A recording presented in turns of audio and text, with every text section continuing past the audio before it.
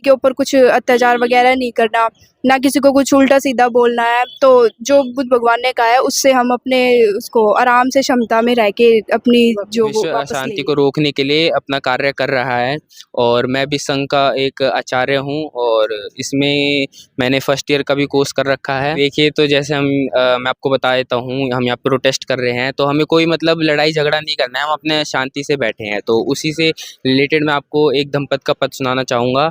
ना ही वीरेण विराणी समन्तीद कुदाचनंग अवेरेन च समन्ती एस धम्मो सनातनो। जी, इसका मतलब है कि इस संसार में वैर से वैर कभी शांत नहीं होता, अवैर से ही वैर शांत होता है। यही मंग अवधि मंग अजीनी मंग अहासी में ये चे तंग न उपनहंती वेरंग तेसु पसम्मति। उसने मुझे डांटा, उसने मुझे मारा, उसने मुझे जीत लिया, उसने मेरा सब कुछ लूट लिया। जो ऐसा अपने मन में नहीं बनाए रखते उनका वैर शांत हो जाता है। अब देखिए क्या कहते हैं, अगर हम ये सब बातें अपने मन में बनाए रखेंगे कि उन्होंने हमारा ये टेम्पल ले लिया है, इस पे कब्जा कर लिया है, अगर हम ऐसे मन में लेके आएंगे और इसके इसी ये सब चीज़ें हम अपने दिमाग में लेके आएंगे और उनके प्रति क्या कहते हैं बदले की भावना लाएंगे, तो इससे हमारा भी चित्त शांत नहीं होगा और दोनों तरफ से काम बिगड़ना ही बिगड़ना है। लेकिन अगर हम ये सब बातों को साइड में रखकर और सिर्फ ये सोचे कि हम आगे क्या कर सकते हैं अपने सहित में, और ये सब अगर हम बातें रखेंगे तो हमारा चित्त भी शांत रहेगा और हो सकता है बात सुलझ भी जाए। लोग ये सोचते हैं कि हम हिंदू धर्म पे रोक टोक लगाएंगे या किसी और धर्म पे रोक टोक लगाएंगे तो उससे हमारे धर्म का प्रचार हो जाएगा, ऐसा नहीं है। हमें अपने धर्म का प्रचार करना पड़ेगा। अपने लोग रखे थे कि जो यहाँ पे जो क्या कहते हैं ये प्रोटेस्ट हो रहा है, ये जहाँ पे जगह पे प्रोटेस्ट हो रहा है, ये इनको सरकार ने इधर दे दी है। पहले जहाँ ये कर रहे थे वहाँ से इनको सब कुछ रातों रात उठा लिया गया था, हॉस्पिटल में एडमिट वो कर लिया गया था। उसके कई मतलब घंटों बाद इनको छोड़ा है और तब जाके इनको जोर ज़बरदस्ती करके ये जगह दी गई है। तो ये एक तरह से अत्याचार ही बिल्कुल। जहाँ पे जनबल ज़्यादा होता है वहाँ पे सरकार को झुकना ही पड़ता है, क्योंकि आखिर सरकार भी जन के द्वारा ही बनाई जाती है। तो सम्मा संबुद्धस्य, मैं उन सम्यक संबुद्ध को नमन करता हूँ जिन्होंने अपनी समस्त इंद्रियों पर पूर्णतया नियंत्रण स्थापित करके अपने चित्त कलेशों का अंत कर दिया और काम क्रोध लोभ मोह द्वेष ईर्ष्या राग इत्यादि अपने चित्त से निकाल बाहर कर अपने चित्त को परिशुद्ध किया। जी बहुत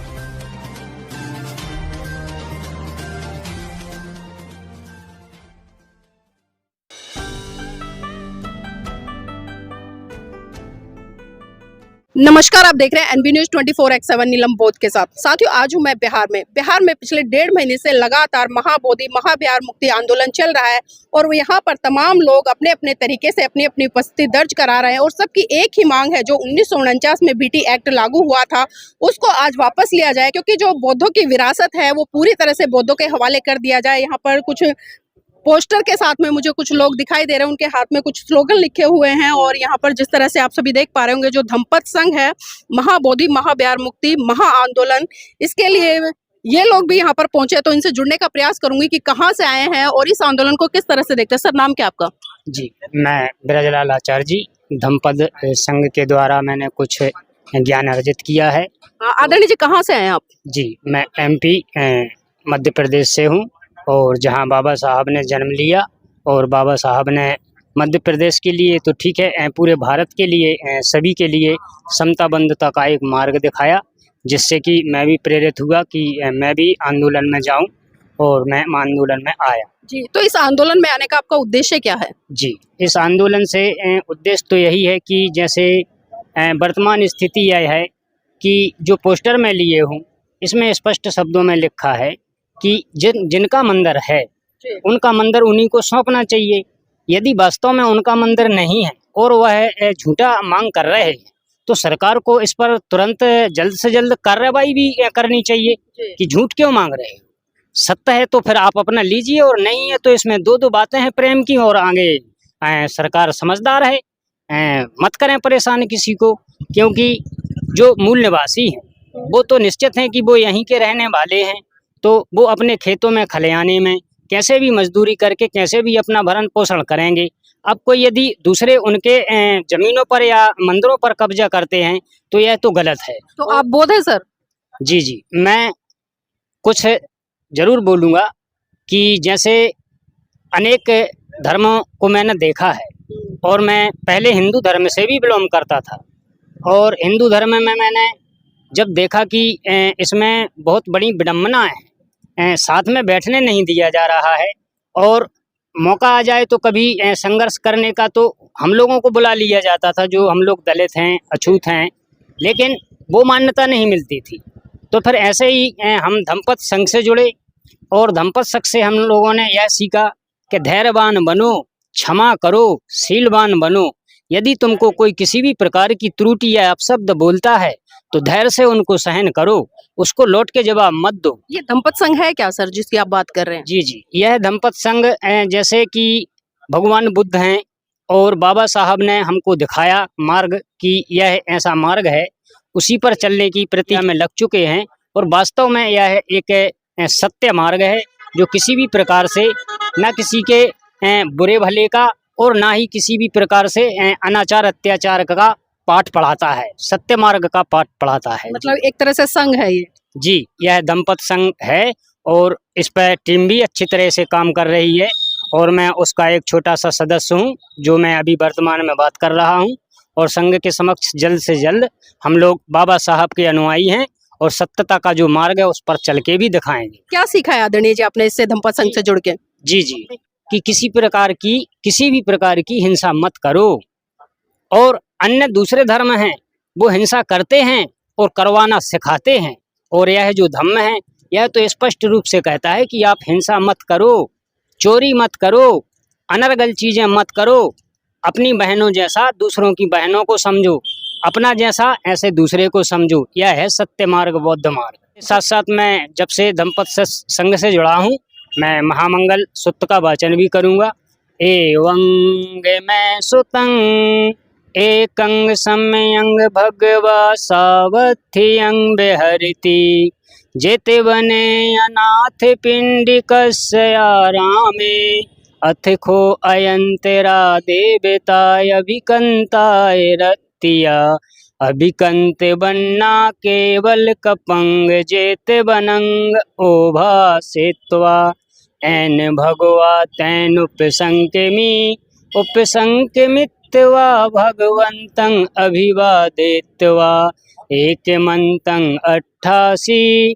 सर आप काम क्या करते हैं? जी जी, बहुत बहुत साधुवाद। मैं नहीं झिझकूंगा, मैं मजदूर हूँ, मजदूरी करता हूँ और मजदूरी करके ही अपने बेटा बेटियों का, बच्चों का भलन पोषण कर रहा हूँ और संघ के लिए जो सेवा बन पा रही है मैं वो भी कर रहा हूँ। कितना पढ़े लिखे हैं सर आप? जी जी, मैं 8वीं 9वीं तक पढ़ा हूँ। 8वीं 9वीं तक पढ़े हैं, तो आप देख सकते हैं। और जो पाली में आपने उच्चारण किया, कितना समय लगा इसको सीखने में? इसको तो शायद 2-3 माह लगे थे और सीख लिया था, जब से अभी भी रटते जा रहे हैं। और करणीय मंगल महासूत्र तो मैंने 3 दिना में ही याद कर लिया है। मतलब बहुत कुछ याद है आपको? जी जी, अपने मुँह से तो नहीं कहेंगे, लेकिन परीक्षा होएगी तो जरूर परीक्षा देंगे। चलिए, बहुत बहुत साधुवाद हमारे साथ जुड़ने के लिए। सर आपका नाम क्या है? जी, दयाशंकर बौद्ध। दयाशंकर बौद्ध जी, कहाँ से हैं आप? हरदोई उत्तर प्रदेश। इस आंदोलन में आने का उद्देश्य क्या है सर आपका?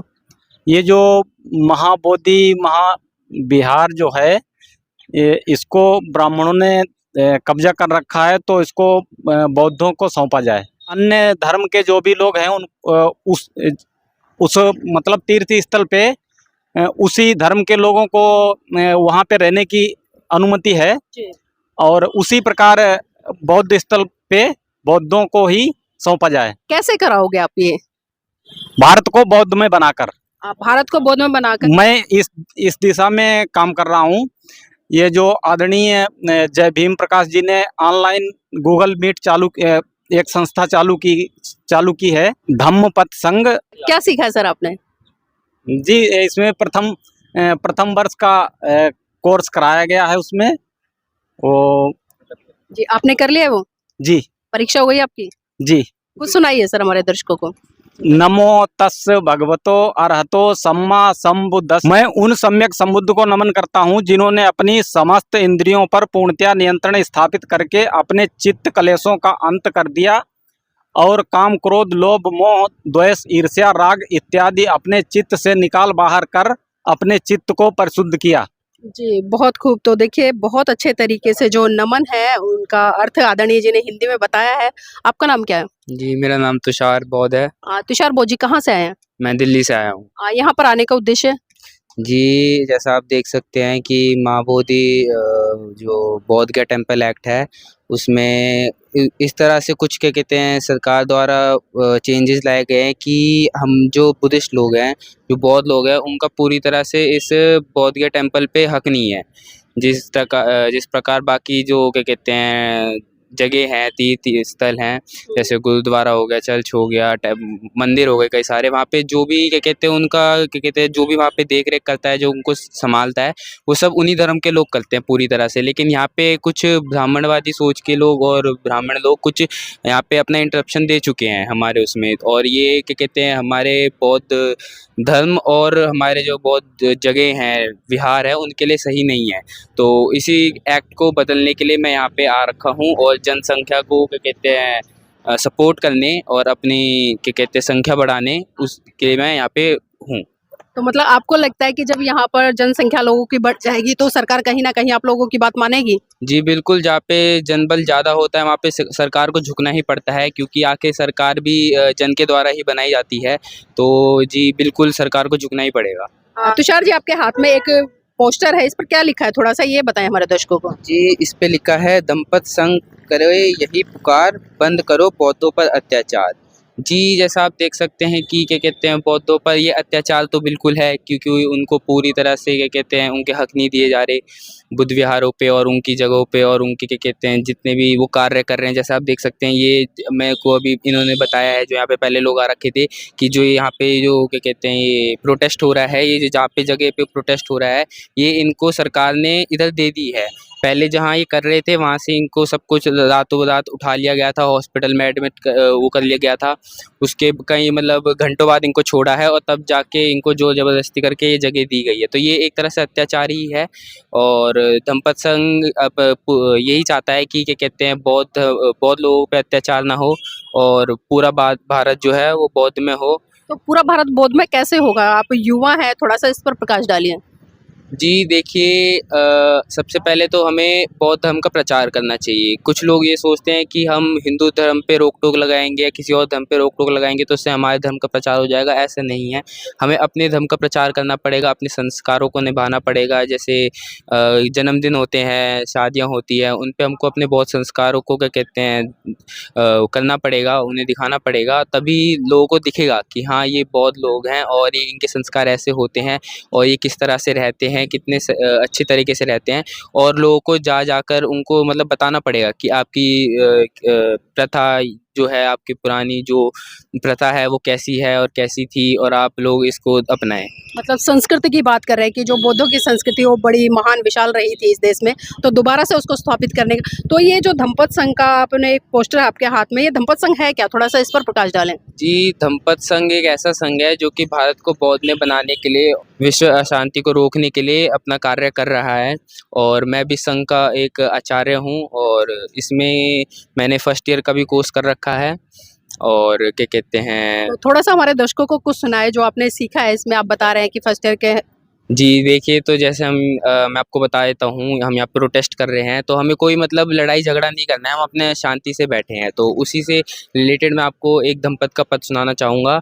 ना ही वीरेण विराणी समन्तीद कुदाचनंग अवेरेन च समन्ती ऐस धम्मो सनातनो। जी, इसका मतलब है कि इस संसार में वैर से वैर कभी शांत नहीं होता, अवैर से ही वैर शांत होता है, यही संसार का सनातन नियम है। और यहाँ पे अभी सरकार लोग कह रहे हैं कि यहाँ पुलिस भी आ सकती है, कभी भी हमला कर सकती है, लाठी चार्ज कर सकती है, लेकिन हमको अपनी तरफ से कोई वो नहीं करना है कि हम भी उनको पलट के वार करें या उल्टा सीधा बोले। हमको अपनी शांति बनाए रखनी है, और शांति ही एक निवारण है। जैसा बुद्ध ने बताया कि वैर से वैर कभी शांत नहीं हो सकता, अवैर से ही वैर शांत होता है। जी, और मैं आपको एक और गाथा सुनाना चाहूँगा। अकोची मंग अवधि मंग अजीनी मंग अहासी में ये चे तंग न उपनेहंती वेरंग तेसु सम्मति।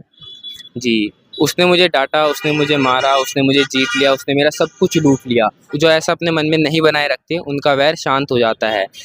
अब देखिए क्या कहते हैं, अगर हम ये सब बातें अपने मन में बनाए रखेंगे कि उन्होंने हमारा ये बौद्ध टेम्पल ले लिया है, इस पे कब्ज़ा कर लिया है, अगर हम ऐसे मन में लेके आएँगे और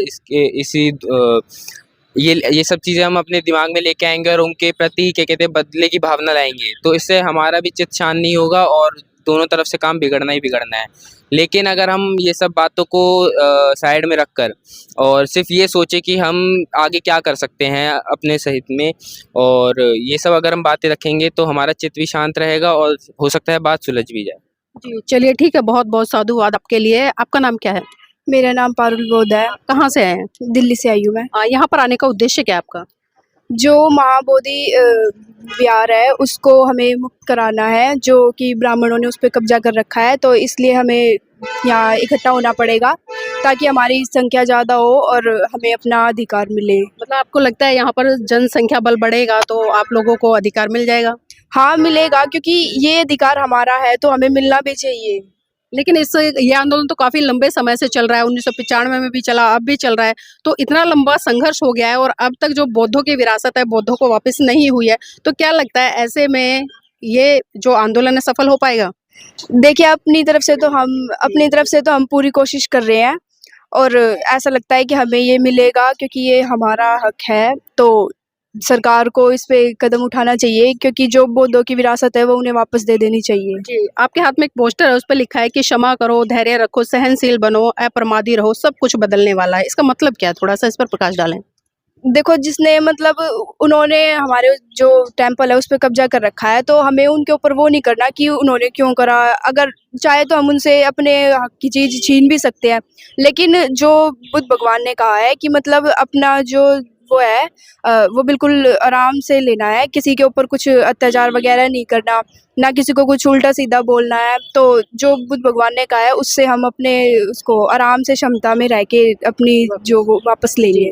एक मंतं ठिता खोसा देवता भगवंतं गाथाय अज्य भासी बहुदेवा मनुष्य चे मंगलानि अचिंत्युं आकांक्षमाना सोत्थानं ब्रूहि मंगलमुत्तमं असेविना च बालानं पंडितानं च सेविना पूजा च पूजनीयानं एतं मंगलमुत्तमं पतिरूपदेशवासो च पुब्बे च कतपुण्यता अत्य सम्मा परिधि च एतं मंगलमुत्तमं बाहु सच्चंच च सिप्पंच च विनयो च सुशिक्षितो सुभाषिता च या वाचा एतं मंगलमुत्तमं माता पितु पट्ठानं पुत्रदारस संगहो अनाकुला च कम्मन्ता एतं मंगलमुत्तमं। जी सर, मैं रोकना चाहूँगी आपको, लेकिन हमने सुना, आपने जो भी सुनाया, मुझे खैर पाली में है शायद ये आपने सुनाया, मुझे इसका हिंदी अर्थ तो नहीं पता, लेकिन सुनने में बहुत अच्छा लग रहा है और जब पाली में है तो इसका अर्थ भी बहुत ही सार्थक होगा। बहुत चलिए ठीक है, बहुत बहुत साधुवाद हमारे साथ जुड़ने के लिए। और देखिए यहाँ पर तमाम लोगों से हमने बात की और एक ही जो कहे कि बात निकल कर आ रही कि जब तक महाबोधि आंदोलन है और जो बौद्धों का अधिकार है पूरी तरह से उनको नहीं दिया जाएगा, तब तक ये महाबोधि आंदोलन लगातार चलता रहेगा। तो साथियों, मैं चाहूँगी आप इस वीडियो को लाइक करें, शेयर करें और कमेंट कर बताएं कि आज की महत्वपूर्ण चर्चा आपको कैसी लगी।